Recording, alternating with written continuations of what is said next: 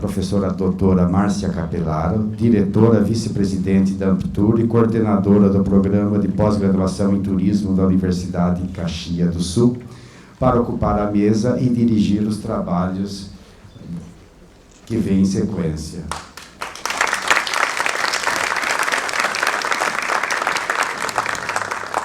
Bom, eu sei que estou aqui apenas no papel de mestre de cerimônias, mas eu não posso deixar de aproveitar a oportunidade para registrar o enorme prazer que sentimos ontem na aula inaugural do nosso mestrado em hospitalidade, proferida pela professora Isabel Batista. Eu não quero comprometê-la com a palestra que ela vai fazer hoje, que pode ser uma coisa muito diferente, mas na qualidade de estudioso da hospitalidade, pela primeira vez na vida, eu vi que termos como amor, amizade, compaixão, que eram termos que eu considerava piegas e indignos da pesquisa científica, né? Eu percebi que esses termos podem, sim, fazer parte das nossas preocupações e podem perfeitamente ser inseridos numa linha programática. Ao mesmo tempo, então, que agradecemos à professora Isabel Batista, nós a convidamos para proferir a palestra nesta mesa, com o tema muito interessante e muito bonito, que se chama Experiência Turística e Cultura Mundo, da Hospitalidade como Horizonte de Esperança.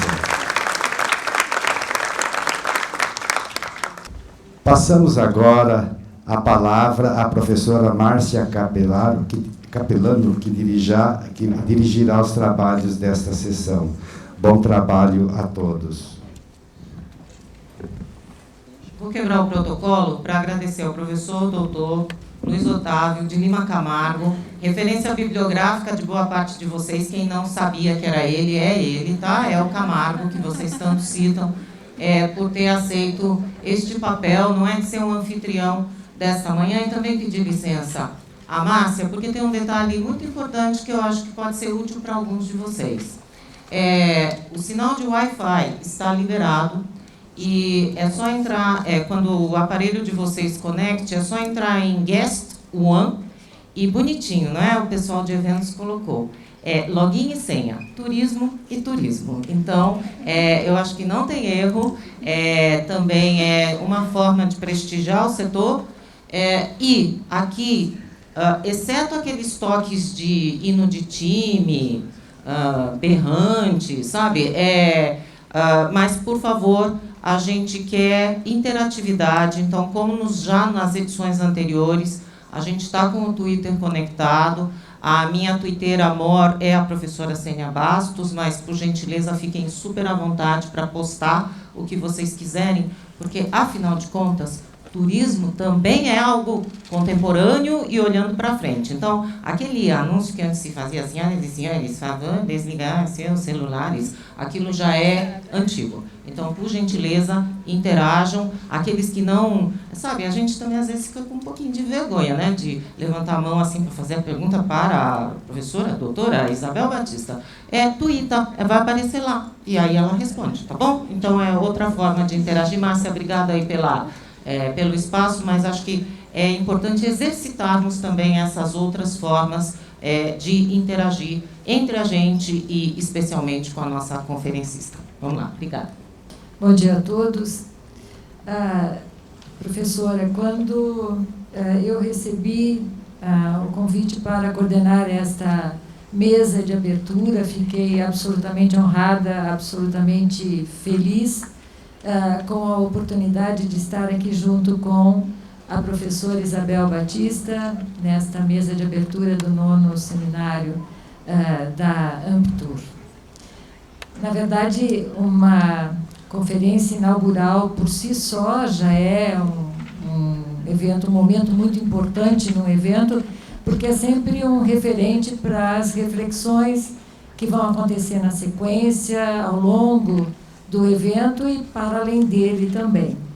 Então, se este já é um momento privilegiado, ele o é muito mais por estarmos contando aqui com a professora Isabel. Eu não vou me delongar, porque é ela que nós queremos ouvir, mas muito mais que a sua produção científica, o seu pensamento, as suas ideias, que tem pautado tantos trabalhos, a eles temos recorrido com frequência. Eu só gostaria de deixar bastante marcado nesse momento, e por isso agradecer, a oportunidade de estar junto de alguém que tem uma profunda coerência entre discurso e prática.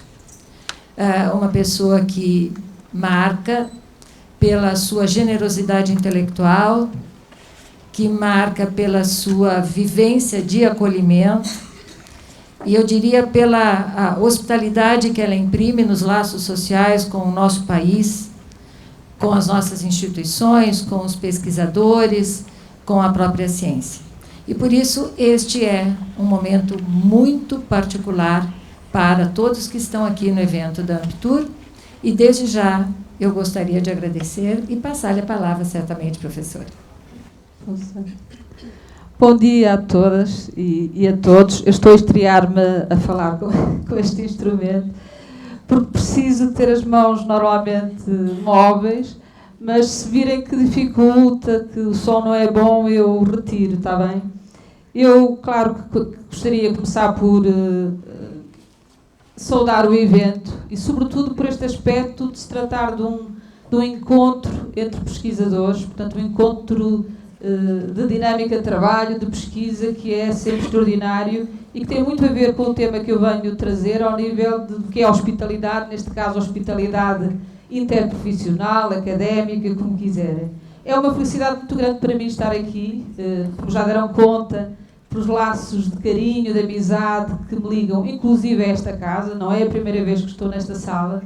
Vim aqui em 2007, no primeiro colóquio internacional sobre hospitalidade, e desde lá para cá tem sido uma história muito rica de facto de hospitalidade entre duas áreas muito diferentes, que eu já vou falar, mas este convite eu aceitei muito em cima da hora, é verdade, com algum atrevimento próprio de quem não resiste à tentação, porque de facto merecia esta honra de uma conferência inaugural, um pouco mais de preparação, eventualmente, mas não posso deixar de agradecer à professora Beto Vada o convite, que me agrada imenso, e também aqui as palavras muito simpáticas da professora Márcia Capelano dos Santos, que também, só para perceberem o tom de generosidade com que ela me apresentou, tem a ver com o facto também com um laço de amizade que já nos une há alguns anos. Tenho tido a felicidade de ter projetos com a Universidade de Caxias do Sul e, portanto, é uma experiência muito, muito boa. Sinto-me emocionada, gratificada, tudo isso. Não é, acreditem, não é nada protocolar neste sentido de agradecimento. Há, por esta razão também, dois aspectos que eu faço questão sempre de referir nestes eventos e nestas minhas participações tão calorosas aqui, que é, em primeiro lugar, que é para esclarecer e, eventualmente, algumas expectativas que possam ter, é que eu não sou da área do turismo. Eu sou uma hóspede bem acolhida nesta área do turismo. Eu sou da área da educação, portanto, na Universidade Católica do Porto coordeno uma área da educação, mas não é a educação do turismo, não é a formação de profissionais de turismo. É a educação e pedagogia, a formação de pedagogos escolares e pedagogos sociais. Isto é importante compreender e também, a partir daí, também perceberem, para lá da gratificação pessoal desta relação muito hospitaleira entre dois países, dois contextos académicos e duas áreas científicas, é que esta história tem gerado muitos frutos, muitos eventos, obras conjuntas, projetos que estão hoje em andamento e que eu gostaria, até no final, se tivéssemos tempo, ou durante estes dias, dentro do possível, já que estamos entre pesquisadores, de lançar também o desafio, da mesma maneira que eu me sinto bem recebida aqui, e uma hóspede na vossa área, sintam-se também hóspedes, como alguns dos colegas já se sentem, quer nas vossas idas a Portugal, quer na área da educação, da forma como eu trabalho ligada à pedagogia social. Eu venho, naturalmente, como aliás o título da comunicação o anuncia, falar sobre a hospitalidade. E a hospitalidade aqui num sentido muito amplo, do ponto de vista como categoria socioantropológica, como uma ideia reguladora da dinâmica social, como um imperativo de solidariedade no mundo contemporâneo. E ao dizer isto, já estou também a anunciar que encaro todo o fenómeno do turismo como um fenómeno relacional por excelência, como um acontecimento de hospitalidade, e falo hoje da experiência turística como uma experiência de hospitalidade por excelência, como uma experiência de vivência da alteridade.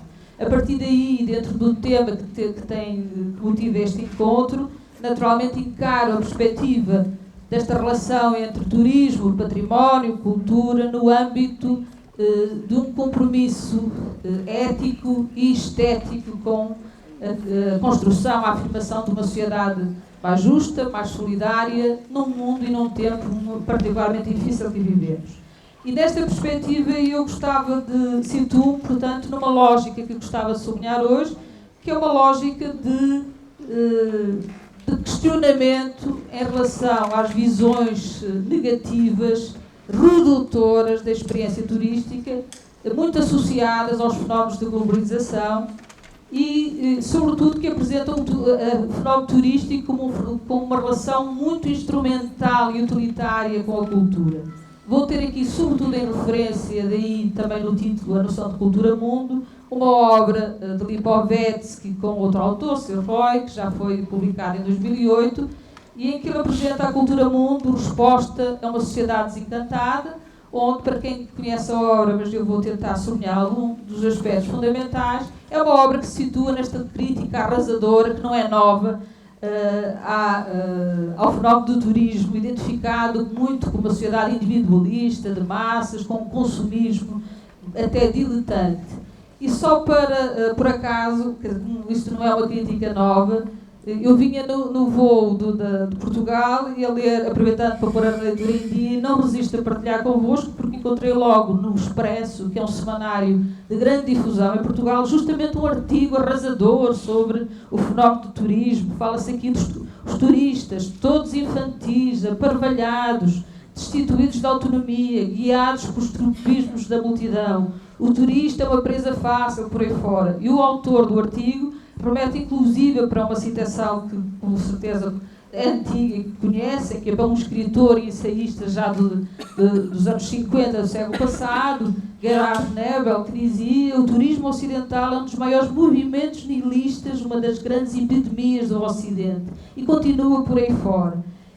Eu vou tentar sustentar uma ideia muito contrária desta, defendendo não só que a experiência turística serve uma outra lógica, como até é um precioso antídoto, um precioso remédio contra estes males aqui anunciados.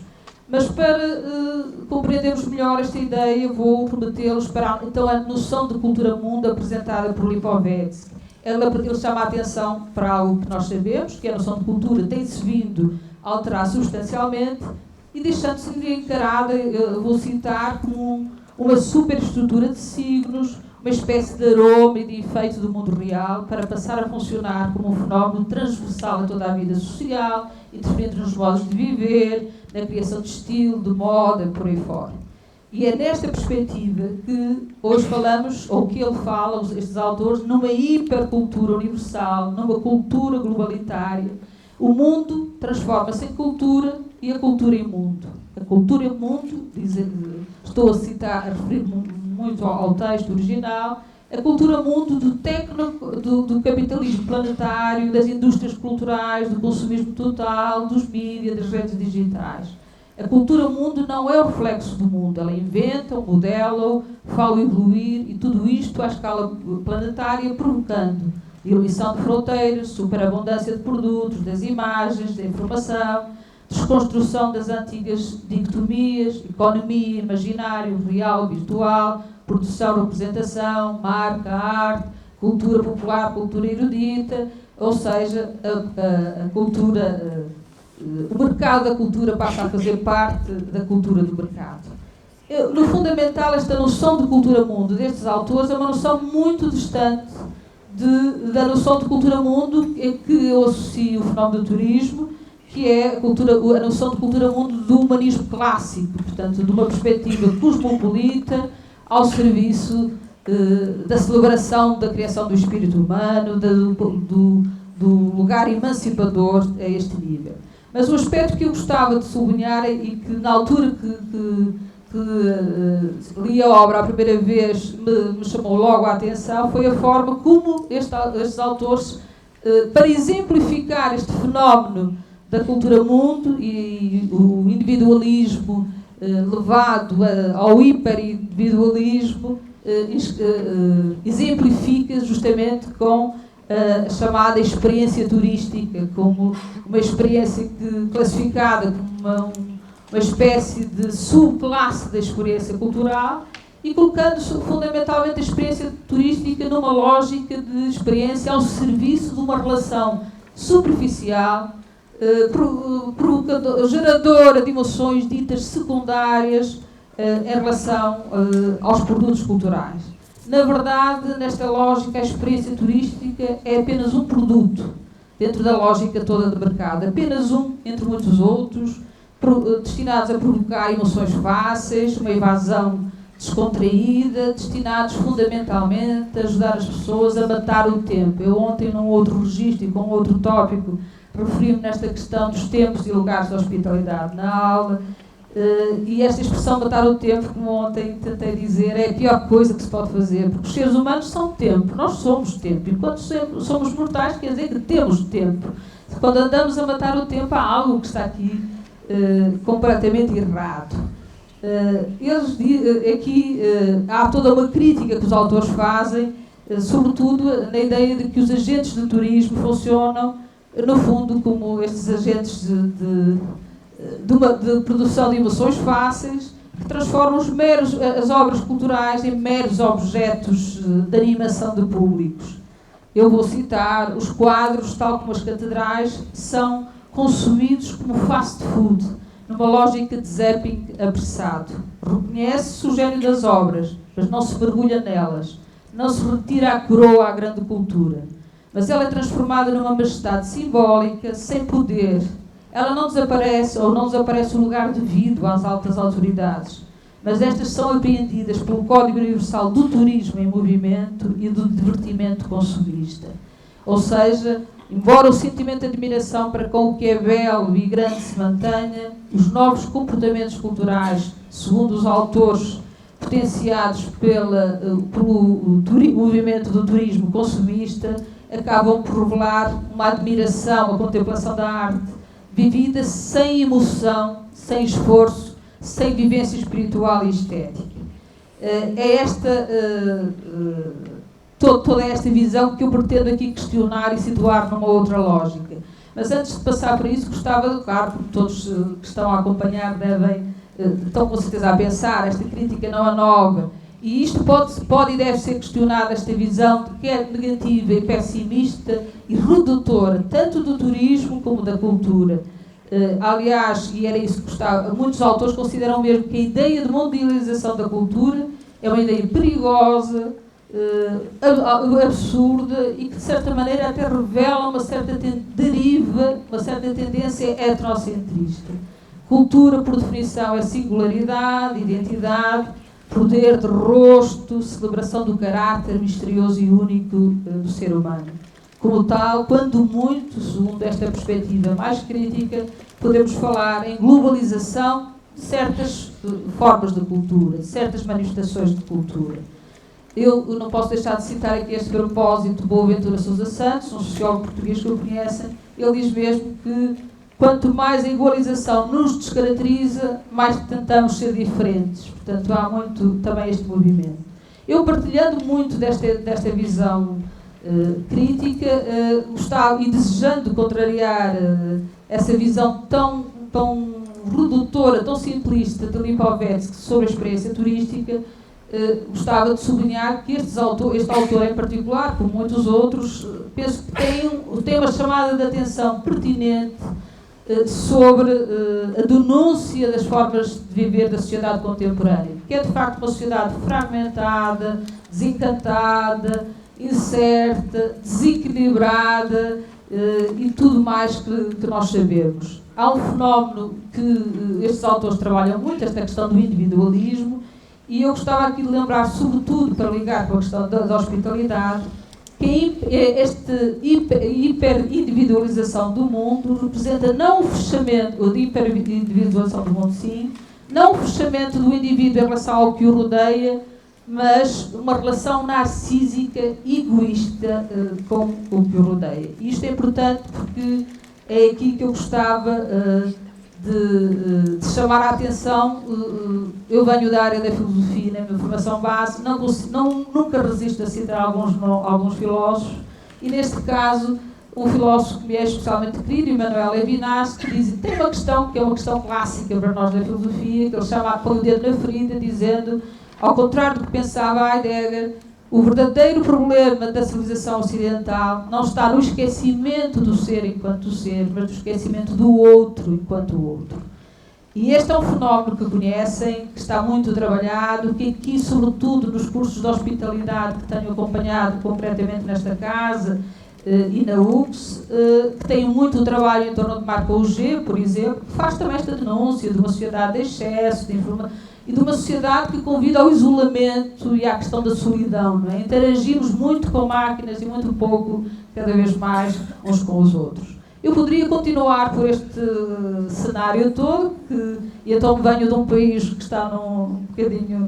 É incontornável para um europeu, neste momento, não falar da crise ou não falar desses aspectos mais negativos, eu peço desculpa. Mas a questão aqui é, estamos e depois, tudo bem, temos este cenário que podemos traçar desta maneira tão sombria, mas e depois? Estamos condenados à resignação ou outro mundo e um mundo melhor é possível? É evidente que, como esperam, eu respondo com muita convicção e é nessa lógica de termos desenvolvido projetos em parceria. Não só acredito que outro mundo é possível, como nós sabemos que estamos todos chamados, todos convocados para pormos mãos à obra e o ajudarmos a construir. E é aqui que eu considero que a experiência turística, o fenómeno do turismo, de uma forma geral, faz parte da solução e não do problema. É possível, é desejável construir um mundo diferente e, sobretudo, afirmar um paradigma não individualista, como esta crítica do Lipovetsky e outro, mas um paradigma humanista, ancorado em valores de relação humana, ancorados neste primado do outro, de que tanto fala Levinas. E a propósito do que o professor Luís Camargo estava a dizer sobre a sessão de ontem, é que eu trouxe alguns autores, e esqueci-me de outros, que hoje autores de áreas insuspeitas, porque a filosofia, a pedagogia e mesmo aqui todas estas áreas da hospitalidade, mas de áreas insuspeitas, da economia, da sociologia, e sobretudo de pensadores muito materialistas por tradição, como Alain Badiou, que foi o que eu disse, esqueci de Luc Ferry, que também tem agora um título publicado há cerca de um ano, que coloca mesmo no título Elogio do Amor. Ficou toda a academia, mas o que é que se passa com esta gente? Será uma questão de idade, porque eles também já estão com uma idade avançada, ou o que é que lhes aconteceu? Porque tendo passado a vida a defender visões tão materialistas, em áreas insuspeitas, como é que agora falam do amor, elogio do amor? Aliás, no caso do Alain Badiou, que eu referi ontem, era um autor que eu estudava, porque eu estudei o Levinas e ele criticava sistematicamente o Levinas, essa pieguice, essa lamechice, essa ideia do outro enquanto o outro, dessa espiritualidade, e agora é ele o primeiro a dizer não, é preciso começar a experimentar o mundo a partir da diferença, da diversidade, do dois e não do um, portanto, a partir da alteridade e não da identidade. Há imensa literatura hoje que pode constituir uma enorme ferramenta para as nossas pesquisas, porque são autores que vêm destas áreas, e eu já tive a oportunidade também noutro encontro com a Márcia de acentuar a questão de alguns economistas que hoje avançam com estas palavras melosas, como dizia ontem o professor Luís Camargo. Mas, no fundamental, o que eu gostava de sublinhar é outro mundo é possível. E, sobretudo, o humanismo do século XXI é um humanismo relacional. E o relacional faz muita diferença quando defendemos a relação, se estamos a valorizar, qual dos polos dessa relação estamos a valorizar. Se o eu, a identidade ou a alteridade. É não só o humanismo relacional, como um humanismo relacional subordinado a valores da alteridade, de serviço ao outro, como, aliás, foi hoje aqui já muito bem dito. E é justamente aqui que eu vejo a experiência turística como uma força tremenda e que, sobretudo, situando-a como uma das experiências ou uma das práticas sociais que neste século mais nos podem ajudar a fazer diferença positiva. Basta, quando falo de experiência, a própria noção de experiência ligada aqui implica estar a falar de um acontecimento relacional e denso do ponto de vista relacional. Estou a falar dos turistas, dos residentes, dos profissionais do turismo, das comunidades, etc. Portanto, estamos a falar de fenómenos como o próprio turismo, de fenómenos relacionais, socioculturais, densos, complexos e que não podem ser reduzidos da forma como desta ideia do hiperconsumo, do individualismo e por aí fora.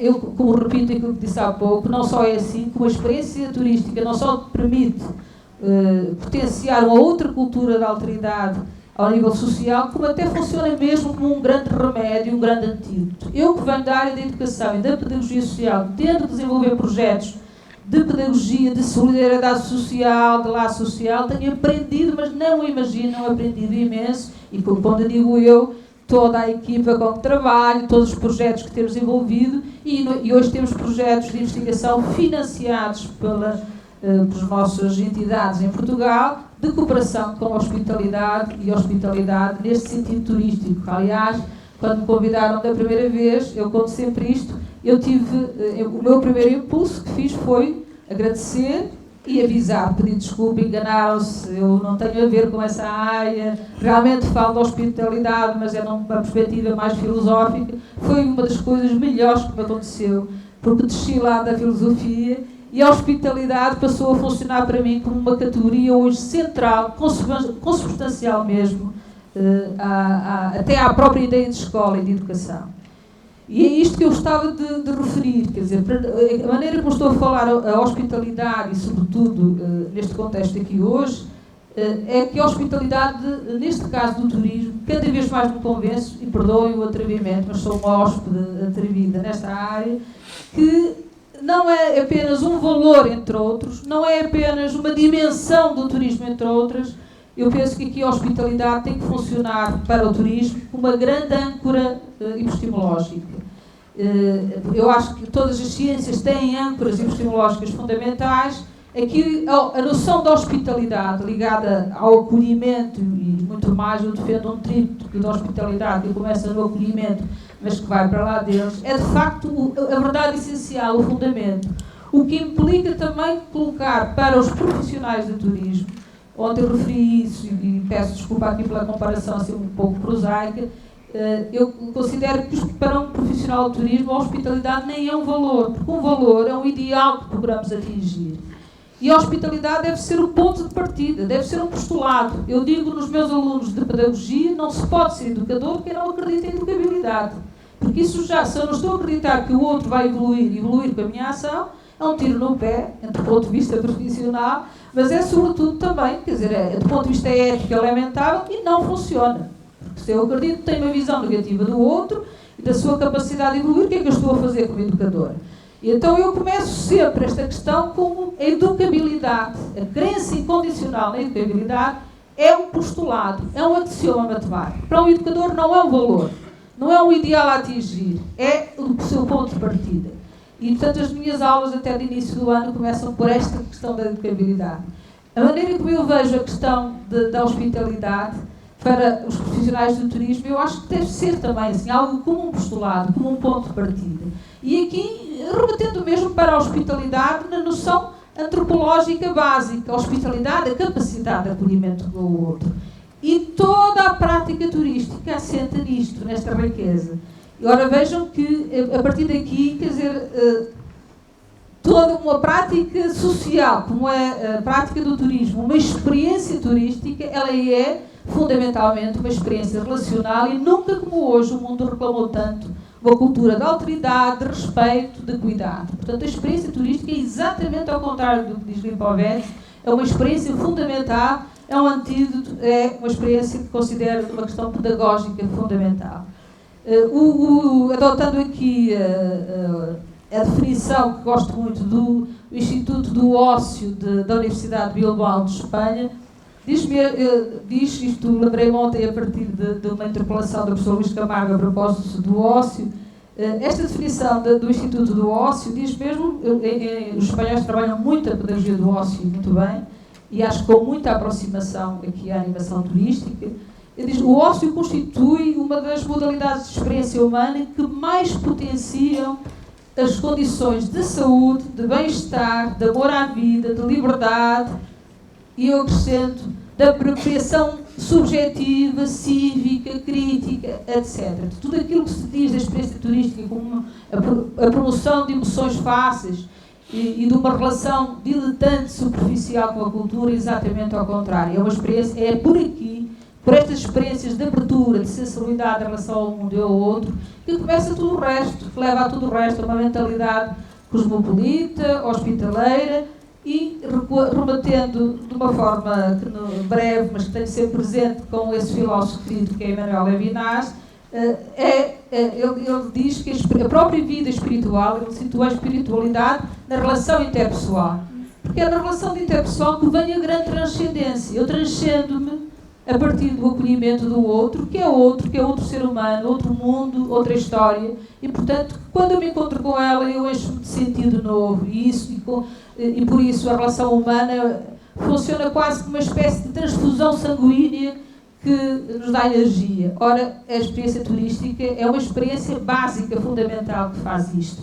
Eu poderia aqui desenvolver muito, mas aliás, basta olhar, que tinha aqui até para referir alguns, mas vou passar ao lado, que leio sempre com muita atenção, estou ansiosa, que é, basta olhar para os títulos dos trabalhos apresentados neste evento, para os diferentes grupos de trabalho, para ver esta relação, quer dizer, a maneira como se promove a relação amorosa, afetiva, de cuidado com os lugares, o sentido de enraizamento, o sentido de pertença, uma outra lógica de sociabilidade, portanto, toda esta ideia que isto dizem todos os autores, e ontem falámos mais na questão da produção científica, as pessoas, as comunidades, as organizações são tanto mais produtivas no sentido economicista do termo, quanto mais hospitaleiras, quanto mais criativas, quanto mais forem capazes de acolher a alteridade. Ora, é isso que as experiências turísticas fazem. Mesmo quando promovem, eu acho muito interessante, porque na experiência turística,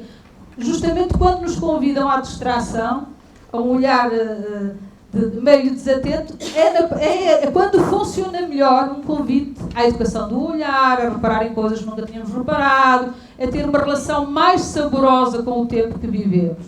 E é justamente porque se situam num registro informal, descontraído, que elas têm tanta eficácia. Este é um dos aspectos que nós, na pedagogia social, que é um pouco diferente da forma como encaram aqui no Brasil, com quem tenho tido trabalho muito aqui ao nível da pedagogia social, é isto que nós hoje valorizamos, a chamada aprendizagem formal, não formal e informal, mas sobretudo a interação entre elas. Porque o que eu aprendo na escola, ou na organização, ou no meu trabalho, a maneira como eu funciono está ligado com todo esse caldo de cultura em que me movimento. E é aí que eu considero, indo assim de uma forma, viajando de uma forma muito rápida, se é verdade que a experiência turística está ao serviço dessa cultura-mundo, é de uma noção de cultura-mundo muito próxima, embora reconceptualizada, desse humanismo clássico, desse humanismo que celebra o gênio criador do ser humano, a capacidade de emancipação,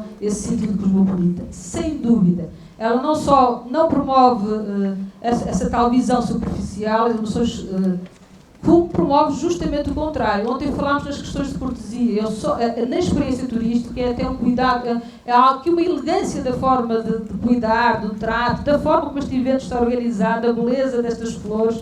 Tudo isto é muito importante porque é, no fundo, o resgate dos códigos éticos, estéticos, morais, dos códigos de conduta básicos e que são fundamentais para uma vivência de solidariedade, para uma relação positiva com o outro, não é? Porque as pessoas até perderam essa noção do outro, de capacidade de olhar para o outro. E, portanto, antropologicamente, é a questão antropológica da hospitalidade que aqui trabalham tão bem, antropologicamente subordinadas a estas lógicas de alteridade, sendo que a alteridade primeira é a alteridade do outro ser humano, porque de facto não há nada mais misterioso do que a outra pessoa, e todos nós somos misteriosos uns para os outros. Ontem eu recordava mais uma vez, eu já da última vez que estive aqui falei nisso, falo sempre na questão das rugas e no rosto, laminar, sempre.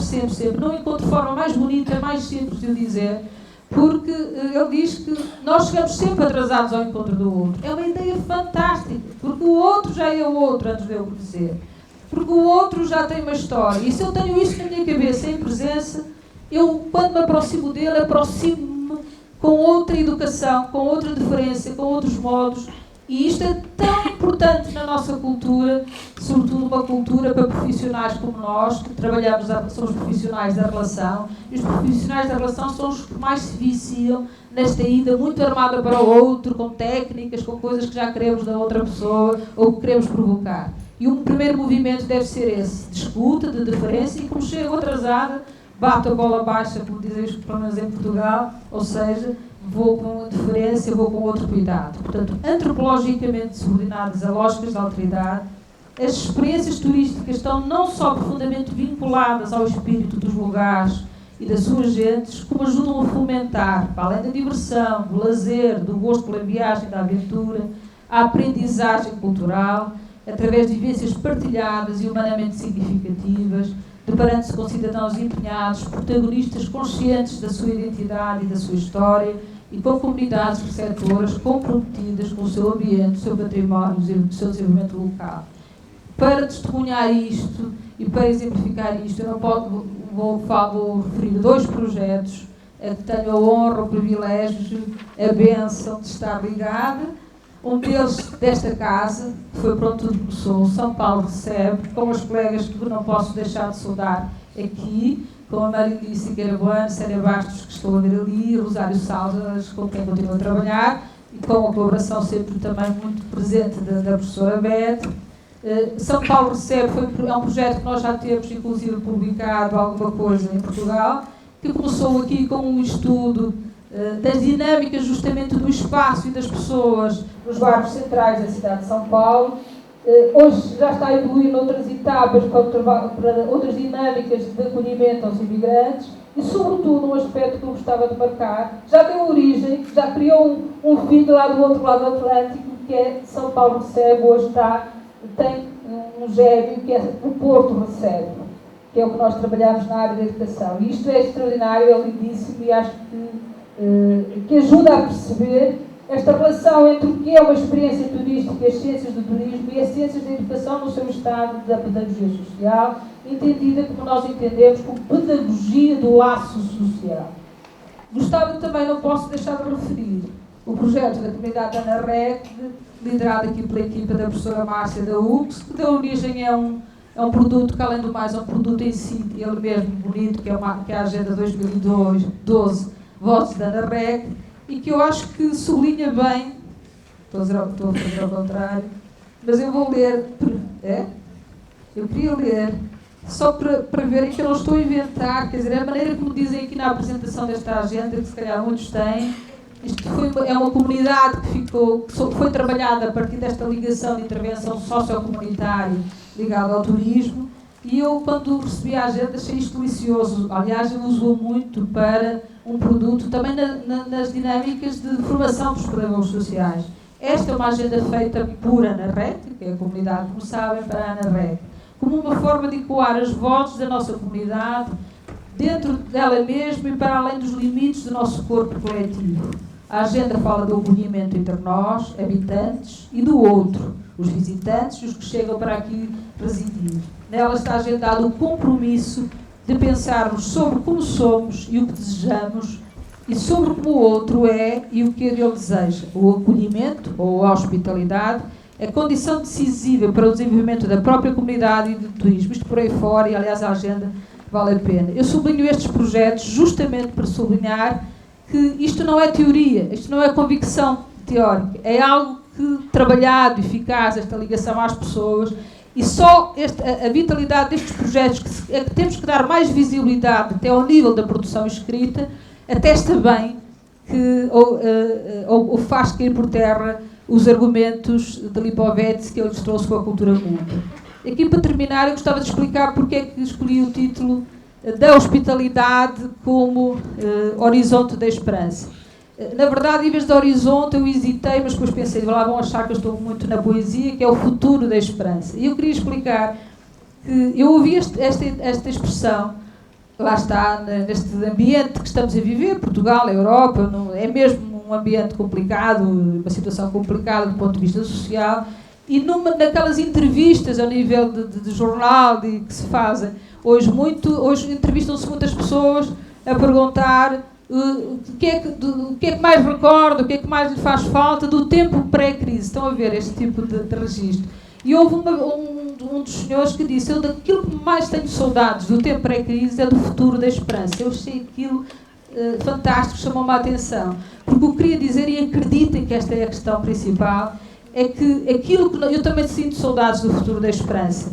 Porque nós antes não tínhamos dinheiro, ou em determinadas etapas da vida, ou até como comunidade, tínhamos dificuldades, mas tínhamos sempre esperança, quer dizer, acreditávamos no futuro, tínhamos crença que íamos mudar, que estávamos a mobilizar, amanhã fazemos, e isto foi o que nós perdemos hoje.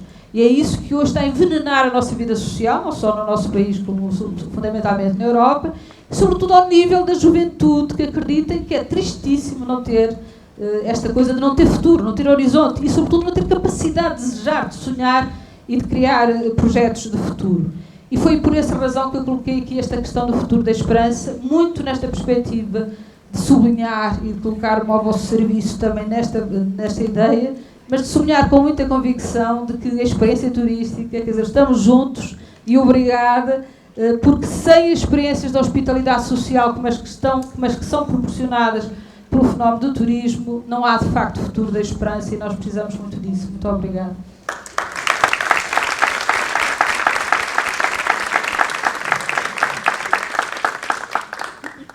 Que bom que ela nos permite, ela diz que é hóspede, né, do turismo, mas que nos permite sermos hóspedes de tudo isso que ela nos fala, das suas ideias e dessa esperança de que tanto precisamos.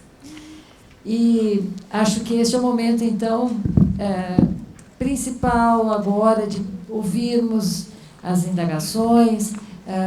Eu até vou pôr os óculos para ver como é que estão as coisas lá no nosso Twitter, né? Mas, enfim, está aberto neste momento. A professora Isabel disse-me um pouquinho antes que gostaria, assim, de comentar 2 ou 3 perguntas de uma vez para que ela possa ir fazendo laços entre elas. Então, vamos abrir. Beth, eu não sei se tem microfone para... Tá, então, professor Beni, primeiro. Quem mais? Primeiro quero cumprimentá-la pela conferência. Isabel, eu ouvi com muita atenção e percebo claramente a relevância e a facilidade com que transita entre as diferentes áreas de conhecimento, o que é uma peculiaridade da filosofia. Eu, ao ouvir todas as suas considerações, eu me convenci o que vem me dedicando nesses últimos 5 anos, no fenômeno e na experiência turística, fortemente embasada em seu planejamento e gestão, na intersetorialidade e transversalidade.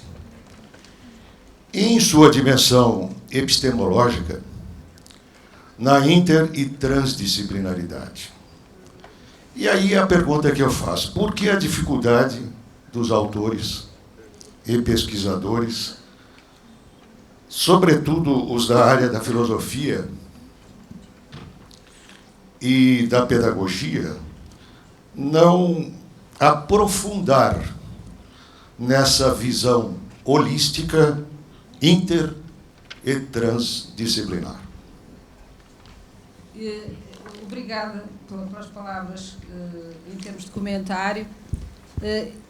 eu considero que sim, que, por exemplo, no meu caso, que a filosofia me ajuda, aliás, é por isso que a escolho como área base da minha formação e da minha progressão.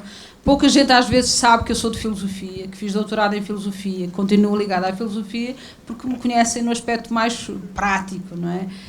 Mas para além dessa ligação, eu vivo sempre com um complexo muito grande, ainda ontem referi isso, que é quando tenho necessidade de me apresentar e de fundamentar o pensamento, eu tento sempre armar-me de contributos dos economistas, dos outros, porque se eles dizem é porque é verdade, não é? É porque funciona. E então é menos suspeito, como eu dizia há pouco. Mas isso é um erro, e não é por acaso que hoje os autores estão a fazer esse recuo. Um dos aspectos que nós dizemos hoje, que nesta crise de valores, nesta crise social e económica que estamos a viver, veio pôr ao de cima aquilo que, em algum sítio, em algum ponto da nossa caminhada enquanto seres humanos, nós nos desviamos das verdades essenciais, não é? E às vezes é preciso ir ao essencial, ao básico, ao simples. É a coisa mais complicada. Nós estamos, sobretudo na vida profissional, na vida académica, quando damos por nós, já estamos a ligar o complicador, não é? Em tudo. E é preciso hoje esta arte do simples, das verdades mais essenciais, e que, a meu ver, também ajuda muito a ir buscar novos termos para traduzir novos conceitos. E é por isso que estes tais termos, como dizia o professor Luís Camargo ontem, melosos, ajudam muito, porque são termos, eu não tenho pudor de dizer proximidade, hospitalidade, mas isso são termos que às vezes, quer dizer, isso vê-se que é alguém que vem da filosofia e que ainda por cima vem da Universidade Católica, associam logo a algo assim muito mais de outro tipo. Não é nada disso, é que nós hoje, ao nível académico, e essa é a parte que eu considero um contributo fundamental das ciências do turismo e destas áreas, que é para a promoção de uma mentalidade académica diferente. E quando digo mentalidade académica, é mentalidade de produção de saber, de conhecimento, de forma ao nível epistemológico, mas também de vida académica, de vida universitária, porque é uma ligação.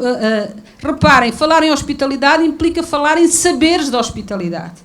A forma como eu tenho sido acolhida nesta área, nesta casa, como hoje disse, e com estas amizades que eu tenho, que acarinho tanto, acho que são um exemplo disso. Só é possível, como dizia a professora Beth, a partir de relações pessoais, porque, na verdade, todos nós somos seres sociais e é das relações interpessoais. Mas isso é preciso traduzir essa cultura de relação também ao nível do pensamento, criando e criando condições daquilo que eu gosto de chamar produção solidária do conhecimento, não é? E produção solidária do conhecimento implica mais do que aquela partilha que às vezes fazemos, implica de facto esta produção de interação, que não é um mero interface, é mesmo uma relação de hospitalidade, com aquele sentido de força da hospitalidade, de verdadeiro acolhimento, que eu encontro entre a pedagogia, a educação e as ciências do turismo, estão a nascer lugares novos do ponto de vista do conhecimento. Estão a nascer projetos novos. E é assim que a ciência evolui e, sobretudo, é este tipo de pensamento complexo, problematizador, criador, que hoje a sociedade pede, não é? E que hoje a academia pede e que a mentalidade de conhecimento que fala Morin, eu costumo citar isto também, Morin fala no pensamento complexo. E pensamento complexo é pensamento hospitaleiro e nada nos prepara melhor do que para esse pensamento do que o imprevisível por excelência, que é a relação com outro ser humano. É aí que aprendemos a lidar com o imprevisível e a aprender com ele. Não é lidar no sentido de resolver um problema. Carol, primeiro, depois temos ali o segundo.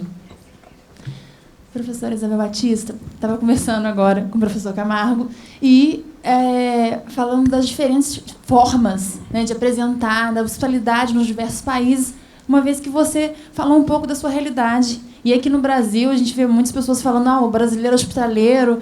Então a gente, né, queria saber um pouco, será que qual a sua percepção, né, da hospitalidade aqui no Brasil, das várias visitas, e como é que a gente poderia trabalhar, definir a hospitalidade, né, como se apresenta nos diversos países, é diferente, é igual, como trabalhar a hospitalidade nos diversos contextos, né, Brasil, Portugal, falamos de Europa também.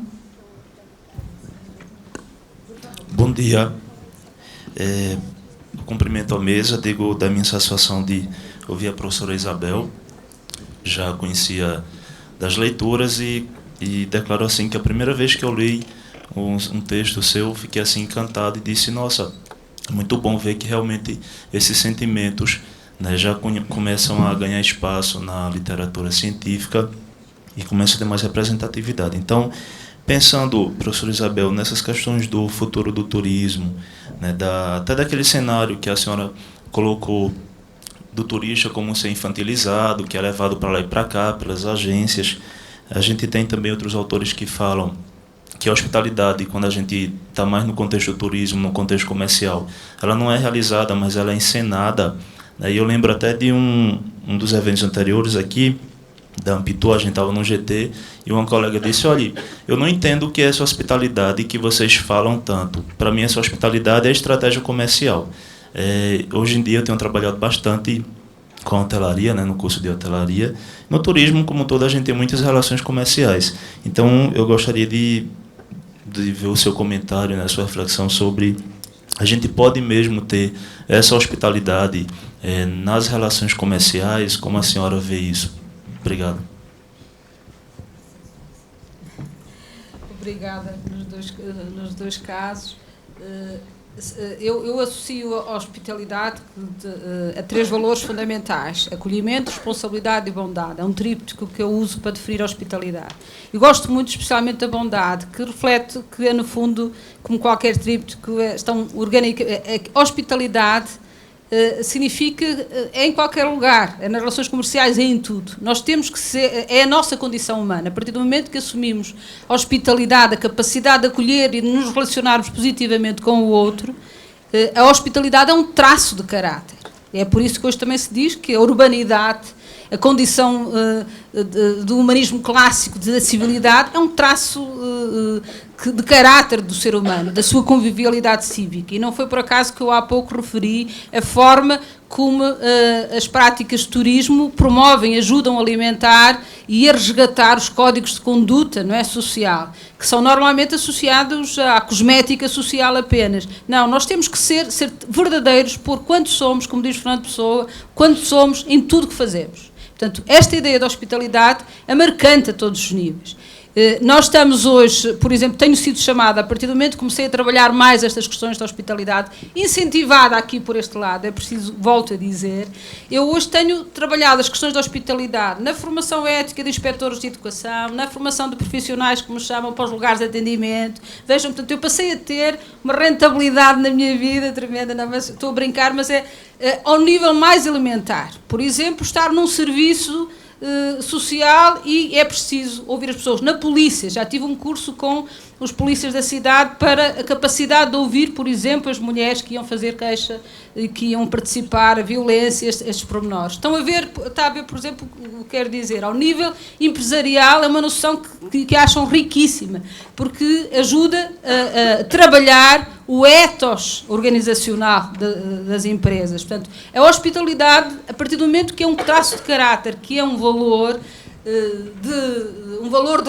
de vida humana, um valor social, ele está presente a todos os níveis. Sobre a pergunta que a Carol fez, eu acho que os brasileiros são muito hospitaleiros, não estou a dizer isso desde o início, né? Agora, gostava de sublinhar um aspecto, é que nós, são mesmo, porque são mais abertos, à partida são mais acolhedores, mas quando falamos aqui, há aqui depois implicações éticas, nós temos que levar a hospitalidade a um outro patamar também de reflexão.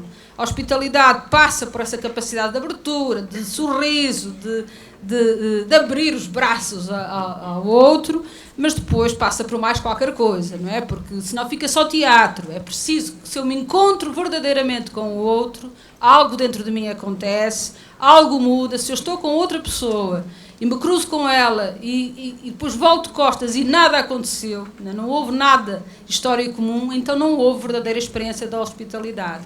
E é por isso que, inspirada nessa linha da Levinas, eu defendo o acolhimento, a capacidade de acolher, mas um acolhimento autêntico que nos move à responsabilidade. Eu fico de tal maneira movida, no sentido de emocionada, de tocada, que já não consigo virar costas ao outro. Não é? A situação do outro diz-me respeito. Claro que quando digo bom dia, estou a dizer que o teu dia me interessa. Não é? Portanto, já é uma forma social de respeito. Mas depois é preciso mais alguma coisa. E então a sociedade hoje pede essa resposta solidária. Quer dizer, o que acontece com outras pessoas numa altura em que tantos companheiros de humanidade se encontram numa situação difícil, privados dessa relação de felicidade, de fruição do mundo, isso diz-me respeito. Mas o que eu quis dizer, valorizando a experiência turística, é que a experiência turística, mesmo quando faz essa abordagem, esse convite à distração, não é? Essa relação, é mesmo um convite até à evasão dos problemas, está a fazê-lo de uma forma que cria o patamar fundamental de abertura que leva depois ao encontro do outro e a esta sensibilidade. A bondade, que é o fim do tríptico, é esta ideia de aquele bocadinho a mais que nós pomos para lá, de fazermos muito bem a nossa missão, a nossa obrigação profissional transcende isso. Eu só sei explicar assim, quer dizer, posso ter duas profissionais à minha frente, os dois cumprem muito bem as regras, mas eu gosto mais de um do que o outro. Há ali qualquer coisa que me faz que aquela pessoa receba melhor. Isso tem a ver com essa marca que pomos a mais. Não basta é muito importante o profissionalismo, sermos muito bons profissionais. É uma chamada de atenção também aqui, porque esta consciência de que os agentes de turismo são agentes de condição humana, são agentes de hospitalidade, implica também uma formação ética, uma ética da hospitalidade e pôr a ética na formação dos próprios agentes de turismo. Mas depois não basta ser tecnicamente correto, não é? E fazer tudo direito. É preciso aquele bocadinho a mais. E isso a mais vem com essa cultura de sensibilidade que começa nas coisas mais básicas, mais simples da vida, não é? E começa sobretudo no gosto pela vida, no amor da vida, que é uma das coisas que o turismo mais promove. Professor Biagio e depois professor Camargo. Biagio Avena, do Instituto Federal da Bahia. Primeiro, é um prazer ouvi-la. Eu já tinha lido alguma coisa e conversado com Miriam e com Márcia sobre os seus trabalhos. E eu também atuo na área de educação. Meu mestrado e doutorado é em educação, voltado para a educação em turismo. E eu trabalho muito mais a questão do acolhimento e a hospitalidade como um dos componentes do acolhimento, mas isso depois a gente vai conversar mais a respeito. E, recentemente, na conclusão da minha pesquisa do doutorado, eu trabalhei sobre a perspectiva dos profissionais de turismo serem agentes pedagógicos, em espaços pedagógicos, que são todos os espaços turísticos.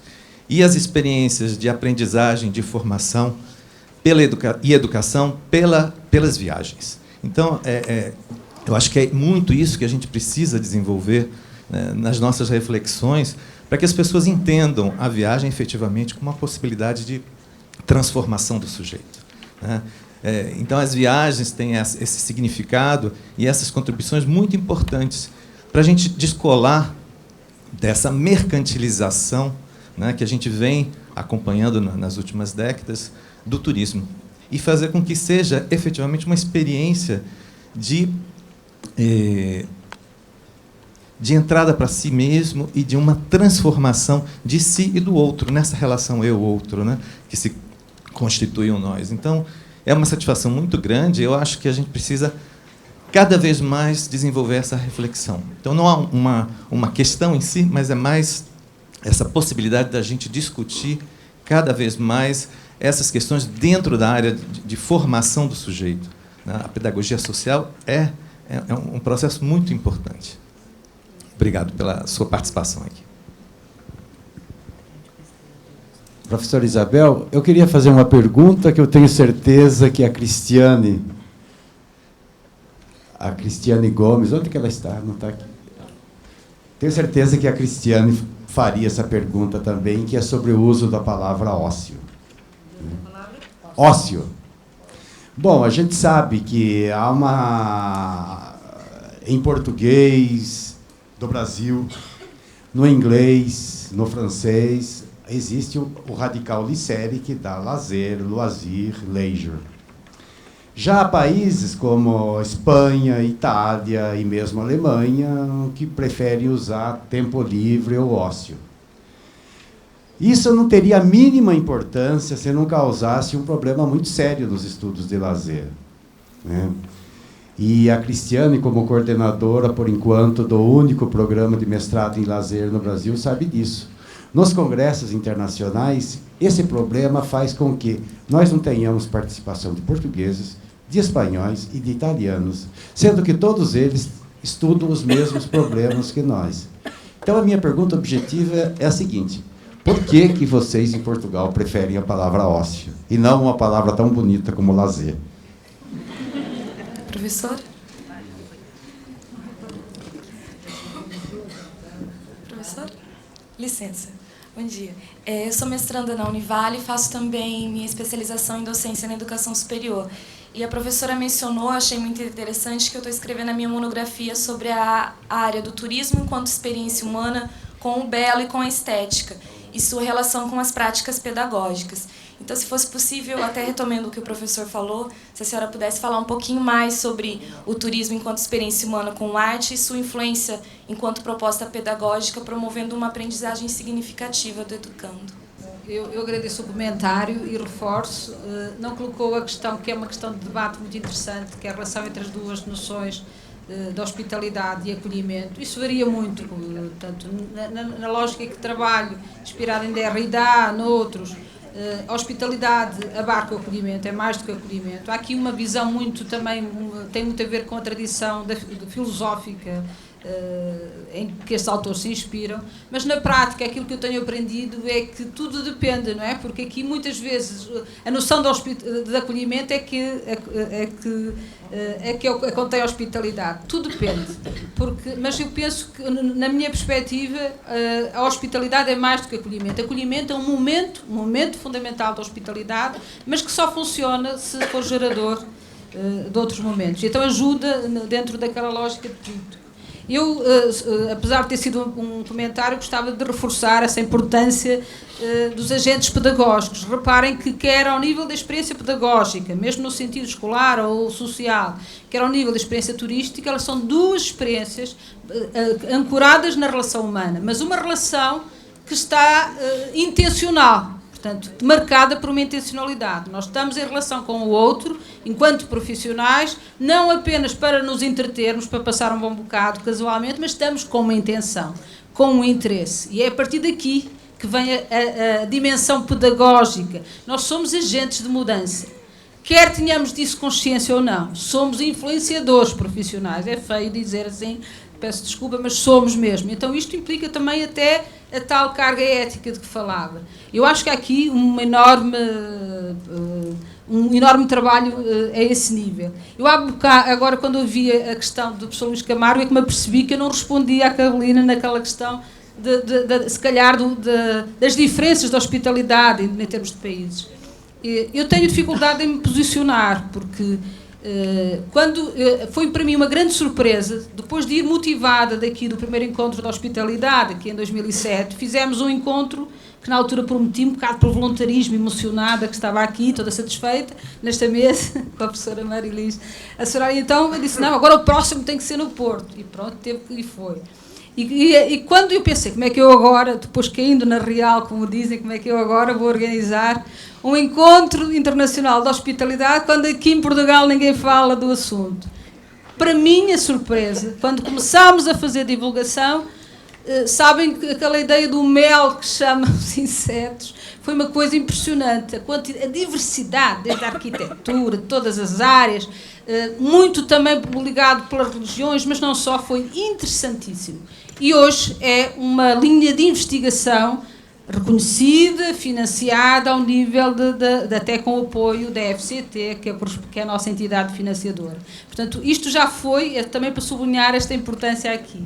Porque se calhar era um nome que nós não chamávamos, a questão das coisas. Eu não sei se nós optamos por ócio. Eu falei em ócio, muito para me remeter a esta definição de Espanha, mas nós falamos muito na cultura do lazer. Uma das dimensões da pedagogia social como disciplina obrigatória é justamente a pedagogia que nós chamamos de pedagogia dos tempos livres. É uma disciplina, é uma unidade curricular académica do curso de pedagogia social. Pedagogia dos tempos livres. Isso não quer dizer que nós trabalhemos as coisas de uma forma muito segmentada, mas consideramos que é fundamental haver preparação dos educadores para esta ideia, para esta noção de tempos livres, que é muito associada a essa ideia de lazer. Há uma preocupação que na pedagogia social nós temos e que eu gostava de alertar. É preciso ter cuidado quando se fala em pedagogia social. Eu gosto de lembrar, desculpem até do que vou fazer, mas eu gosto de lembrar que a pedagogia social nasceu como ciência, ela já tem raízes desde a antiguidade clássica, mas como disciplina, como ciência, nasceu na Alemanha. e foi muito desenvolvida durante o nazismo, porque pedagogia social é muito esta ideia que pode ser... Tanto, nós, quando falamos em pedagogia social, é vinculado ao tal humanismo da alteridade. É por isso que é muito importante a questão dos valores. De que valores partimos? Nós falamos em pedagogia social ao serviço de uma visão democrática, emancipadora do ser humano, vinculada, portanto, à Declaração Universal dos Direitos Humanos. Isto é muito importante, porque não é por acaso que no nazismo desenvolveram a pedagogia social, porque é um bom campo de doutrinamento, de manipulação das comunidades e das pessoas. É um alerta que eu gostaria de salientar. As questões da ética não são por acaso, quer dizer, nós, quando estamos numa relação intencional, é fundamental esclarecer logo com que valores, com que objetivos, com que sentido, para onde queremos caminhar, não é? Não sei onde vamos parar, porque ninguém sabe, mas tenho que saber para onde quero ir. Isto quando eu sou um agente de desenvolvimento humano, como nós todos somos, não é? Mas esta questão da pedagogia social é muito bonito, porque a pedagogia social encanta muita gente, mas é preciso ter muito cuidado. Ao serviço de que valores e com que objetivos. Isso era um aspecto que eu gostava de marcar. Porque aqui isto coloca-se muito nas questões do lazer, porque as pessoas depois reagem. Até agora o que faltava, já nos manipulam, já nos educam, já põem a pedagogia em todas as áreas, agora o que faltava, até no tempo livre, até na minha vida, até no... É preciso, portanto, estar a explicar, não, nós não vamos incomodar as pessoas. Por exemplo, uma das dimensões da pedagogia, a outra disciplina, que é pedagogia urbana, que é no sentido de trabalho com os espaços públicos, a promoção de espaços de lugares de hospitalidade, onde as pessoas possam ser tratadas como pessoas. E ser tratado como pessoa é ser alguém para alguém, não é? É ter esta dinâmica de conhecimento. Eram só aqui uns aspectos. Não sei se há uma diferença cultural tão acentuada. Não há. E quanto mais nós começamos a produzir, que foi o que aconteceu desde 2007, nesta relação aqui convosco, aqui com os colegas, é que quanto mais conversamos, encontramos aquilo que é a essência do ser humano, somos suficientemente diferentes para aprendermos uns com os outros e para ter graça ao nosso encontro, mas também somos suficientemente parecidos para nos entendermos, para caminharmos juntos, não é?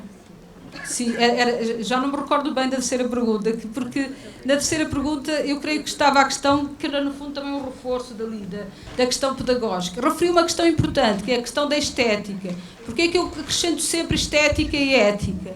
Mas estética aqui é muito no sentido em que trabalho, que é a minha área, é muito no sentido de sensibilidade, no sentido etimológico do termo estética, como teoria da sensibilidade, portanto, como arte de sensibilidade do encontro, e que passa por muita coisa, por muito cuidado com a beleza da vida, com a elegância da vida. Não é necessariamente na questão da produção artística, onde eu não me sinto à vontade, mas é sobretudo neste sentido. Todos temos que ser criativos hoje e todos temos que cultivar esta elegância, esta arte de viver. O saber viver e saber viver em sociedade com elegância, com as boas maneiras, com a educação, como nós dizemos, é muito neste sentido de sensibilidade. Portanto, gosto de juntar as duas coisas, ética e estética.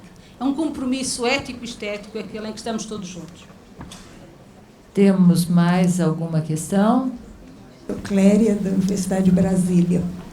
Eu queria realmente parabenizar a professora, porque ela levantou questões que eu percebo assim, que veio reforçar. Mas vou fazer todo esforço. Que veio reforçar o que realmente eu penso em relação ao turismo.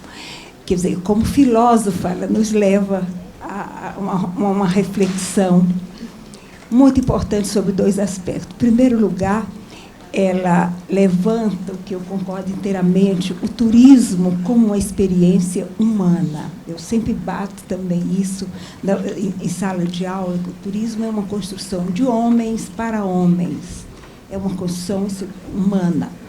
E ela ressaltou muito bem, e nessa relação, ela também ressaltou brilhantemente que essa relação é mediada pela cultura, sem dúvida. Por quê? Porque se não entendemos a cultura como as relações sociais que fazem ponto de encontro entre esses homens, aí a gente vai se perder a gente não vai chegar nessa premissa tão bem colocada de que o turismo é uma atividade humana de relação construída por homens para homens, né? E aí, dentro da relação da cultura, ela ressaltou exatamente a questão da identidade, o conhecimento do eu e do outro, esse respeito que vai cair na questão da hospitalidade de forma brilhante, fazendo essa relação com a filosofia, fazendo a gente pensar realmente que o turismo é uma atividade humana e é uma atividade, seja ele qual for, em qualquer perspectiva de trabalho, ele é uma atividade cultural, já que ele tem que passar, se acredita que é uma atividade humana produzida por homens e para os outros homens. Então, nesse sentido, e aí, no momento em que se percebe essa cultura como postada também pela identidade, quer dizer, dessa relação eu e o outro, vem a outra questão que ela levanta, que eu acho de extrema importância hoje, não só para o turismo, mas para as ciências sociais de um modo geral. Eu sou historiadora e trabalho muito com essa questão, que é a questão da sensibilidade. Então, eu falo sempre que hoje, o que dizia Weber no século XIX, que teríamos que desmitologizar o mundo, hoje eu brinco e digo sempre que nós temos que mitologizar o mundo, e o turismo está dentro disso. Então, parabéns, professora, e obrigado, porque reforçou muito do que eu também pensava. Meu nome é Mário, sou aqui da Universidade Anhembi Morumbi. A professora mencionou 2 aspectos que me chamaram a atenção, a questão da educação não formal e dos lugares de hospitalidade. E no meu tema de pesquisa eu estudo os centros culturais. Eu queria saber se você acredita que os centros culturais podem exercer esse papel dessa intersecção, um lugar de hospitalidade e também um ambiente para a educação não formal.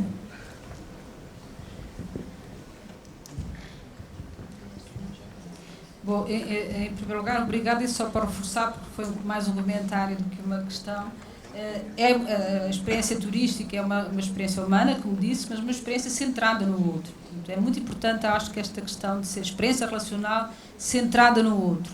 E centrada no outro, marcada por este de valor de acolhimento, neste sentido de hospitalidade ética, que aquele que acolhe é acolhido, porque é este sentido da tal relação verdadeira, quer dizer, de gerar aprendizagem recíproca. E é daqui também o sentido pedagógico e de elevação, de encantamento do mundo. E só gostava de reforçar um aspecto, é neste sentido a experiência turística é uma experiência cultural por excelência. Portanto, ela não é apenas naquele sentido que se falou, porque ela é uma experiência de produção partilhada de significados entre vários atores. Por outro lado, como aliás eu referi aqui no exemplo, no caso da comunidade Ana Rec, ela é o tipo de prática que ajuda as comunidades a serem capazes não só de admirar, de preservar a cultura, mas de a produzir, que esse é o aspecto fundamental. E eu acho que esse aspecto gostava de sublinhar.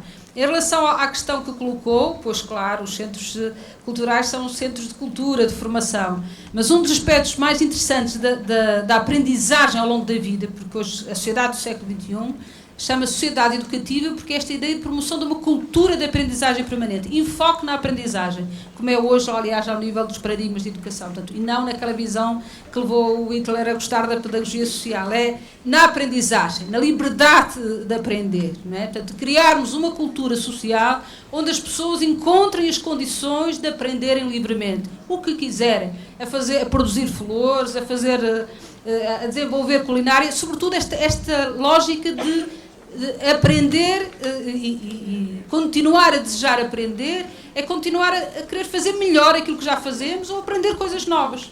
Aprender cria-nos uma relação positiva com a vida e, sobretudo, se essa aprendizagem for feita em contexto de comunidade, como são os centros culturais, melhor ainda. Mas para isso é preciso que os centros comunitários funcionem como lugares de hospitalidade, ou seja, que funcionem como comunidades, porque não basta só dizer comunidade, não é? Por exemplo, hoje nós trabalhamos muito a questão das famílias, porque hoje a família voltou a ser uma instituição fundamental numa época de crise, está tudo a voltar a casa, os pais que julgavam que já estavam libertos dos filhos e dos netos estão agora a acolhê-los de novo, mas não basta dizer que se vive em família, é preciso que a família também funcione como um lugar de hospitalidade e de comunidade. Então é essa a pedagogia, e por isso é que nós gostamos de lhe chamar pedagogia do laço social, de criar laço significativo, consistente com outro ser humano. Não precisam ser os tais laços sólidos, não é? que não partam, que não sejam líquidos, como diz o Bauman, mas que sejam significativos, que criem identidade. Que é que nós digamos, como eu digo, estive aqui em 2007, nunca mais me esqueço, ainda hoje me marcou, não é? Quando nos encontramos verdadeiramente com o outro, é isso que acontece, marca-nos. Ainda hoje me lembro, não é? E é muito interessante, basta perguntar às pessoas. Lembre-se de uma história em que fazia parte de uma comunidade, em que sentiu que foi bem acolhido. E todos nós temos no nosso património existencial esses valores.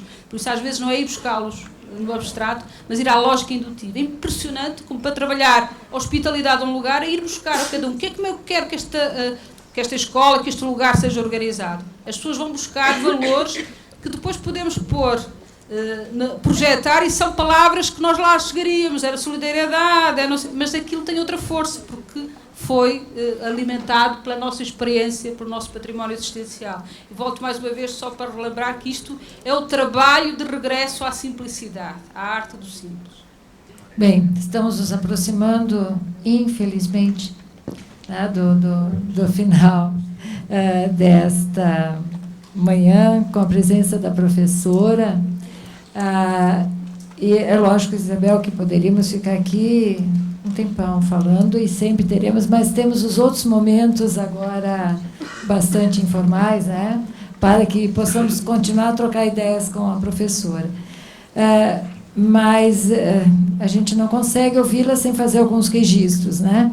E eu marquei aqui 2 frases, sobretudo quando somos pessoas que estão atuando em cursos de mestrado ou de doutorado, seja como professor, seja como aluno, seja como pesquisador, que realmente eu acho que nós temos que sair daqui pensando um pouquinho nisto. A professora Isabel disse, numa de suas frases, é preciso experimentar o mundo a partir do 2 e não do 1. E que, na verdade, os agentes de turismo são agentes de hospitalidade. Se nós pensarmos nesses 2 elementos, temos que lembrar que nessa relação está o que acolhe e o que é acolhido. E é preciso que estes 2 polos se pensem como tal. O que é acolhido se pense como acolhedor, e o acolhedor também se pense como acolhido. E é preciso, então, que nós tenhamos isso presente, porque estamos trabalhando com aqueles que vão também trabalhar com os cursos de formação de turismólogos. Então, aí toda uma cadeia a ser pensada, e um papel crucial, acho que nos cabe neste momento. E, como eu disse no início, esta é uma reflexão que vai nos servir de referente para a continuidade das nossas reflexões aqui e para além deste evento. Tenho certeza que, em nome da Amptur, em nome de nós todos aqui presentes, temos novamente, Beth já o fez, mas temos que agradecer esta oportunidade de tê-la mais uma vez conosco, de podermos realmente aprender e vivermos uma experiência de hospitalidade. Eu agradeço mais uma vez, professora.